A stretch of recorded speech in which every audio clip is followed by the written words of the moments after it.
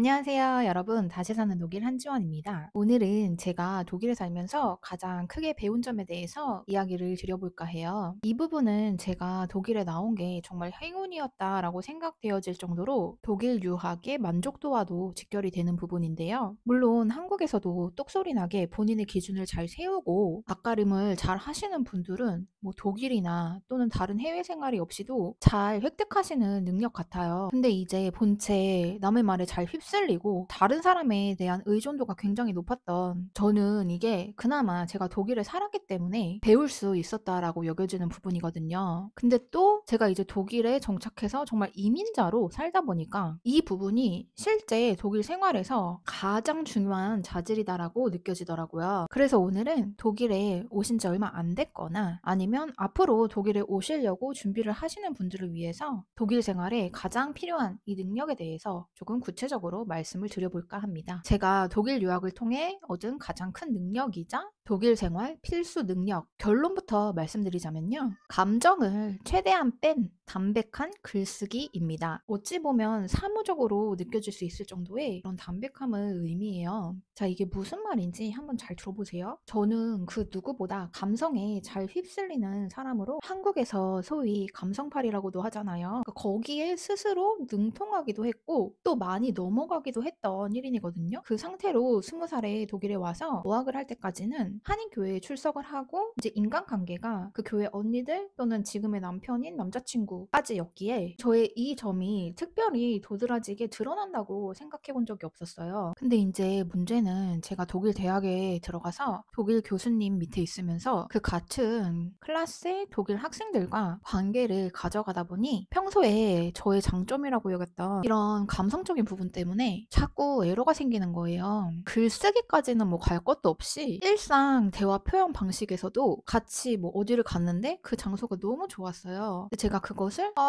집에 가기 싫다 이렇게 표현을 했더니 저의 그 감성을 아무도 못 알아듣는 거예요. 눈이 막 휘둥그레지면서 너 왜 집에 가기 싫어? 막 이렇게 되려 물어보는 거예요. 솔직히 뭐 이때까지만 해도 독일 사람들 정말 어지간하게 감성 없다. 그들이 이상하다. 이렇게 생각을 했는데 이 점이 저한테 결정적으로 굉장히 부끄럽게 다가왔던 계기가 있었어요. 제가 이전 영상들에도 몇 번 언급을 드렸었는데 독일 미대의 룬트강이라는 제도 1년에 한 번 열리는 전시회여서 그만큼 중요하거든요. 근데 저희 학교는 독일 미대들 중에서도 조금 특별했던 게 룬트강에서 뭘 할지 프로젝트 기획안을 제출해서 만약에 채택이 되잖아요? 그러면 작업비가 100% 나왔어요. 많게는 1000유로까지도 지원을 받는 친구들을 봤었고 저도 한 2번 정도 600에서 650유로 정도까지 지원을 받아봤어요. 기획안을 제출하려면 작품 설명 글이 꼭 필요하잖아요. 근데 제가 또 독일어가 안 되잖아요. 그래가지고 제출하기 전에 저희 지도 교수님께서 기획안을 한번 봐주실 수 있다고 하셔가지고 제가 메일로 그걸 보내드렸었어요. 근데 이제 한 일주일 정도 생각보다 오래 걸려서 답장이 왔는데 이게 제 독일어의 문제가 아니고 저희 교수님께서 제 글을 완전히 갈아엎으신 거예요. 근데 제가 그거를 딱 보고서 되게 감사하면서도 동시에 부끄러움이 막 몰려오는 거죠. 왜 그랬는지 한번 들어보실래요? 제가 당시에 기획한 작품이 이 새 벽면에 빔 프로젝트를 쏘고 그 공간 중앙에 비누방울이 막 이렇게 기계에서 나오게 하는 그런 설치 작업이었거든요. 근데 제가 이 설명을 어떻게 썼냐면 한국에 있는 내 가족과 친구들이 개인적이건 정치적이건 어떤 상황으로 어려움을 당하고 있는데 나는 독일에 나와서 현실감이 없이 잘 살고 있는 그 감정을 작품으로 표현했다. 뭐 이런 식으로 썼어요. 그러니까 이 작품을 만들게 된 이유를 지나치게도 솔직하게 작품 설명으로 쓴 거죠. 근데 이거를 저희 교수님께서 어떻게 바꿔주셨는지 원문이랑 제가 번역한 걸로 잠깐 읽어드릴게요. Ein Raum wird zu meiner Gemütslage. 한 공간이 나의 감정이 된다. In diesem Raum mit 3 Videoprojektionen werden von einer Seifenblasenmaschine reale Seifenblasen produziert und in die Projektionsstrahlen geblasen. 세 개의 빔 프로젝트 영상이 있는 공간에 실제 비누방울이 생산되며 그 비누방울은 빔 프로젝트의 빛 사이를 떠돈다. Sie führen zu einer momenthaften Freude bei den Betrachtern. Die Videos jedoch thematisieren Schwierigkeiten und Vergeblichkeit. 그것들은 일시적인 기쁨을 관객들에게 주지만 영상은 고통과 덧없음을 테마로 하고 있다. 그리고 이제 영상 설명을 해요. Eine Nähmaschine, die ohne Stoff in nichts näht. 아무 천도 제공하고 있지 않은 재봉틀과 Ein Wasserspielzeug, das sinnlos herumschwimmt. 의미 없이 빙글빙글 도는 배 장난감. Und ein nasses Handtuch, das immer wieder ausgewogen wird. 그리고 계속해서 짜여지는 젖은 수건. Die frei fliegenden Seifenblasen erscheinen als Schatten und Lichtreflexe in den Projektionen und erzeugen ein absurdes Spannungsfeld. 자유롭게 날아다니는 비누방울이 영사된 영상에 그림자로 나타나며 상반된 긴장감을 야기시킨다. 이렇게 쓰니까 뭔가 같은 작품이지만 작품 수준이 확 올라가는 것 같잖아요. 그래서 저도 이 사건 이후부터는 작품 설명을 써야 될 일이 생길 때 감정을 빼고 있는 그대로의 사실에 집중해서 표현을 하려고 노력을 굉장히 많이 했었고, 이때 배운 어떤 그 글쓰기 능력을 통해서 제가 졸업 후에 이제 한국에서도 공모에도 당선되고 규모 있는 전시에도 참여를 할 수 있게 되었다고 생각을 하거든요. 그래서 뭔가 기회를 잡기 위해서는 꼭 이 능력이 필요하지 않나라는 생각이 들었어요. 근데 이게 독일에서는 그냥 일상에서도 그냥 삶을 살아내는 순간에도 꼭 필요한 능력이다라고 생각이 되어진 게, 여기는 모든 사무 처리가 굉장히 아날로그적이거든요. 그러니까 그냥 개인이 누구한테 편지를 써서 보내야 할 일도 생각보다 꽤 많고요. 또 웬만한 일은 모두 다 이메일로 처리를 한단 말이에요. 그러니까 이게 꼭 직장인, 학생뿐만이 아니고 그냥 외국인 전업주부로 살았던 저도 이메일을 주고받을 일이 정말 많아요. 외국인청, 시청 같은 관공서는 물론이고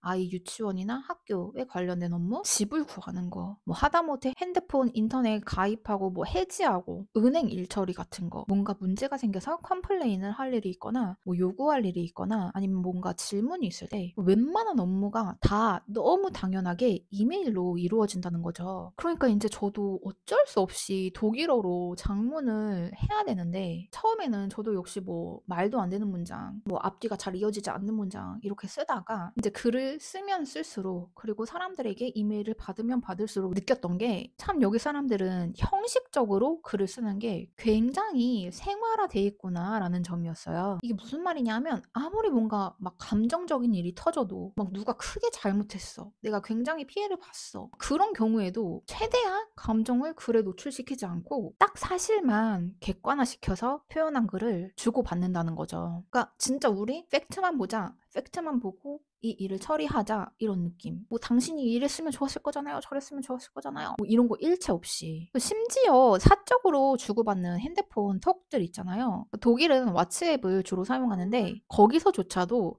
제가 단유가 너무 힘들어가지고 저의 힘든 그 감정을 구구절절히 드러낸 글을 한번 썼다가 단체방 분위기가 싸해지는 거를 느꼈거든요. 그러니까 감정을 내가 좀 강하게 나타내면 듣는 사람들이 되게 부담스러워한다라는 느낌을 몇 번 받았어요. 그래서 제가 왜 이 점을 굳이 영상으로 제작해서 말씀을 드리고 싶었냐 하면은, 종종 한국에서 이제 막 나오신 분들의 어떤 일처리 문자나 이메일을 쓰신 것을 수정해 드릴 일이 종종 생기거든요. 근데 인제 이게 굉장히 공식적이고 형식적인 일처리인데도 감정을 드러내셔서 쓰시는 분들이 상당히 많으세요. 물론 제가 과거에 표현했던 정도보다는 덜 하시지만, 그래서 이제 결론이, 만약에 독일에 사신 지 얼마 안 됐거나 아니면 앞으로 독일 거주 예정에 있으신 분들께는 이메일을 쓰실 일 혹은 문자를 쓰실 일이 생길 때마다 '너무 딱딱한 거 아닌가?' 싶을 정도로 사무적으로 보내셔도 여기서는 깐츠 노말이다. 그러니까 딱 팩트만 장문을 하셔서 보내는 것을 연습해 보셨으면 좋겠다 하는 마음에서였고요. 물론 제가 여러 영상들에서 누누이 강조를 드리지만, 어휘나 문법 같은 독일어 표현 방식이 독일 사람들이 자주 사용하는 것을 그대로 가져다가 모방해서 단어만 바꿔서 쓰시는 것, 그것을 전제로 한 가운데 드리는 말씀이에요. 어줍잖게 여러분이 한국말로 직역되는 거를 장문하시려고 드시면 그 사람도 못 알아듣고 여러분의 독일어 실력도 늘지 않기 때문에 제가 제 유튜브 채널에서 가장 방지하고 싶은 부분이고요. 만약에 여러분이 이 독일 사람이 쓰는 방식에 익숙해지게 되시면 느끼게 되시겠지만, 독일어가 진짜로 편한 장점이 있어요. 그러니까 무슨 말이냐면, 딱 이걸 내가 진심으로 보이게 하기 위해서 미사여구를 갖다 붙이지 않아도 딱 어떤 이 상황의 이 표현, 그 공식만 말을 해도 충분히 충분히 진심이 전달이 되거든요. 이 부분은 제가 독일어 테마로 영상을 찍을 때 다시 한번 다뤄보도록 하고요. 독일어에 관심이 있으신 분들은 제 채널 구독을 부탁드립니다. 꼭 독일어나 뭐 독일과 상관이 없으신 분들이라고 해도 감정을 칠 거 다 치고 핵심만 가지고 글쓰기를 하던 프로젝트를 기획하던 하시는 능력은 누군가를 공감시키는 일을 해야 할 때 굉장히 중요하더라 라는 점을 말씀드리고 싶었어요. 그러니까 어떤 가수가 뭐 슬픈 노래를 부르는데 자기가 막 울면서 불러. 그러면은 다른 게 먼저 눈에 들어와서 거기에 공감해주기가 쉽지 않잖아요. 이 포인트가 제가 독일 유학을 하면서 가장 크게 깨달았던 점이었다라고 말씀을 드리고 싶었습니다. 이 영상을 보시고 깨달음이 오신 분들이라면 최소 독일 유학 5년은 아끼신 거라고 보셔도 돼요. 오늘 제가 준비한 내용은 여기까지고요. 이 영상이 마음에 드셨다면 구독과 좋아요를 부탁드릴게요. 그럼 저는 다음에 또 유용한 내용들 가지고 돌아오겠습니다. 다음 시간에 뵐게요. Tschüss, bis zum nächsten Mal.